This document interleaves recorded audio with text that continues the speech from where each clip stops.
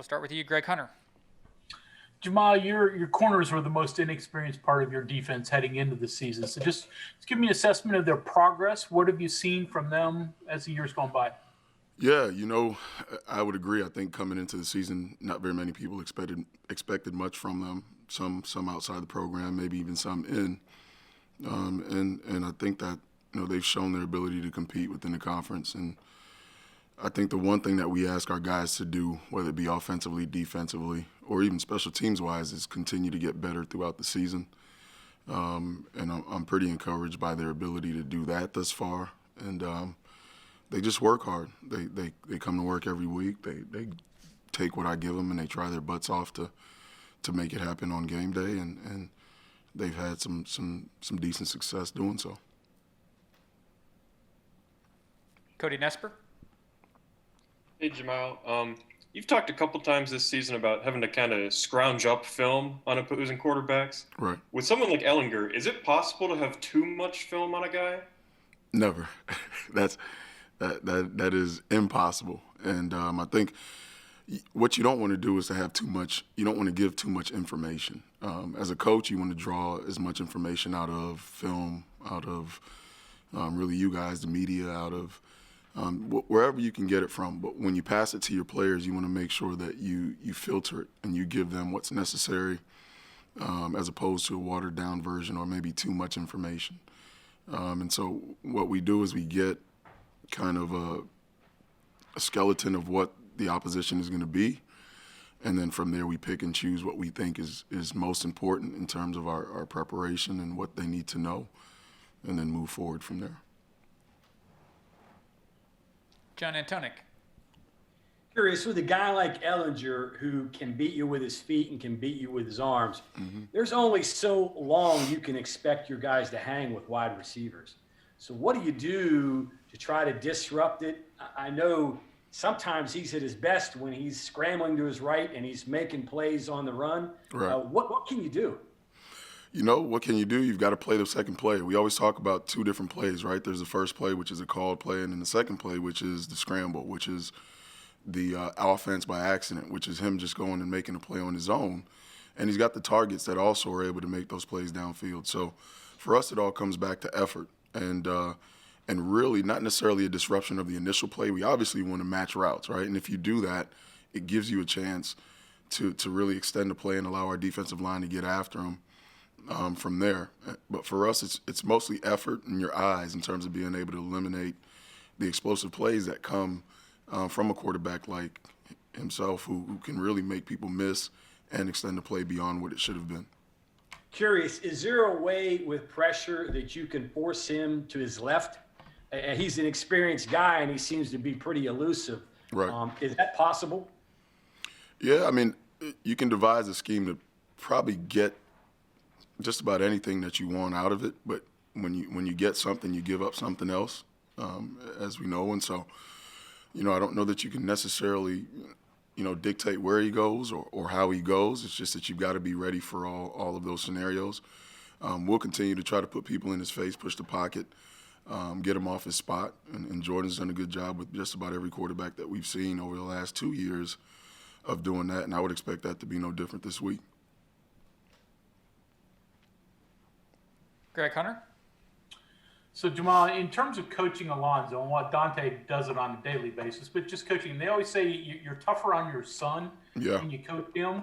Do you find yourself coaching him different, or at least having to pull the reins back because of your relationship with him? Absolutely. It's the reason I don't want to coach my own kids.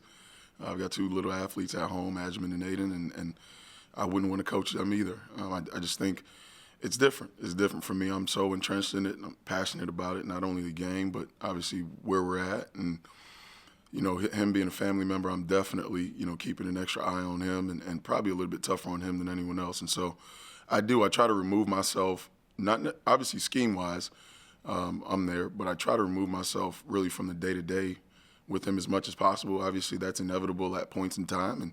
And then there are some times where I go seek him out to give him information that he needs to have. But as I've said all along, Dante's done a heck of a job with him week in and week out, and we'll continue to do so. It's funny enough you ask that question. There's times where I may tell Dante to go tell him something because the delivery is going to be a little bit better coming from Dante than it probably would be from me. Chuck Linden. Jim, talk about Drayshawn Miller's performance last week and his improvement during this season. Yeah, I'm proud of Dre. You know, when I talk or think about Dre, it's kind of one of those things where as a coach, you don't necessarily, I wouldn't say dream it up, but we all get into this for common reasons. None of us have gotten into it for the money or the stardom or the lights, so to speak, but more so for our love of the game and really the opportunity to mentor guys and bring them along. And Dre, from the time I come in until now, is light years different from off the field or on the field. He's made quite the maturation in both areas. He's not done yet. There's still quite a bit to be had. But you talk about a guy who, fought back from injury, has been in the junior college ranks. And so he's like Alonzo in the sense where he's got his own story. And he got a chance to sit around last year and really get better, not necessarily physically, but mentally. He became a student of the game. And up until then, that was probably his shortcoming, was what he knew. And so I think he made really good use of last year not being able to play with the knee injury and the surgery and really getting into his book. I remember there was a point in time where I would ask Dre things in our meetings, and he would literally look for a hole to crawl into. And now I have to preface the question with, Dre, don't answer this because I want to get the answer from someone else because he's so tuned in. And I just, I hope and pray that he continues to grow the way he is. He's a fighter. He's been competing his butt off this year. And, last week was the fruits of his labor. And, I'd like to hope he keeps coming in that way. Be really good for us. Mike Kazaza. Yeah, kind of continuing on there with the two corners, just watching them pounce, whether in zone or just seeing something last week. I'm imagining that's been great for you, but has that ability to identify and just jump on stuff, I don't know, is that surprising for guys who haven't played as much, they picked it up as quickly? Yeah. And then secondly, you have like 5 cornerbacks playing in the defensive backfield, it seems like. Even the safeties seem like they have cornerback skills or backgrounds too. How much of that is a key to the success back there? Yeah.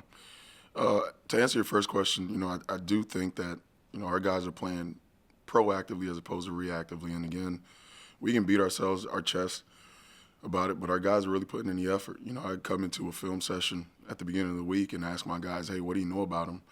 And a year ago, I don't know that they would have all been able to tell me any useful information, whereas now, they're coming in on Monday knowing the basic nutshell of what it is that they're going to see, which shows that they're putting in the time and they're invested in it. And so anytime you do that, whether it be athletically or just in life, right, it's no different than studying for that test. When you've studied your butt off, it's like, give me that test, hurry up before I forget this information, And they've got kind of that same mindset. I think they work their butts off in a week defensively, not just on the defensive back end, but in general. And so on game day, it's almost like hurry up and let's play this thing because we're dialed in and know where it's going. And so we've been able to do that, again, not just my guys, but defensively in general. The safeties have been elite there as well. And then your second question, we play quarters, and a lot of times, especially within the college ranks, your safeties are put on an island in themselves. If you're playing quarters and they run 4 people vertical, what is it? It's man coverage. And so, again, you've got to have guys back there who can cover. And so even in recruiting, your mindset may change a bit where, the days of the old school slug hitting safety, probably more reminiscent of myself, wouldn't be able to play these days or play in this game. But, yeah, all 4 guys, all 5 on the back end have to be able to cover and do it at an elite fashion when they're asked to. Greg? So Jahmile, they moved you to linebacker, so don't worry about it. You'd had a spot. But anyways, Texas's wide receivers, what do you see from them? How do they compare to some of the others that you faced so far this year? Yeah, every team in this conference carries a big unit, big wide out that can scare you a little bit, obviously vertically down the field and their ability to go up and catch the football. Texas has, I don't know, maybe 3 or 4, and probably a few more in the back waiting to come out. But they present those problems where they're big, They're physical. They obviously play meaningful football for the most part, and so they're an elite skill group, and they're going to be a challenge to cover. But Mountaineers ready for it. Any Will final- be ready for it. Will be.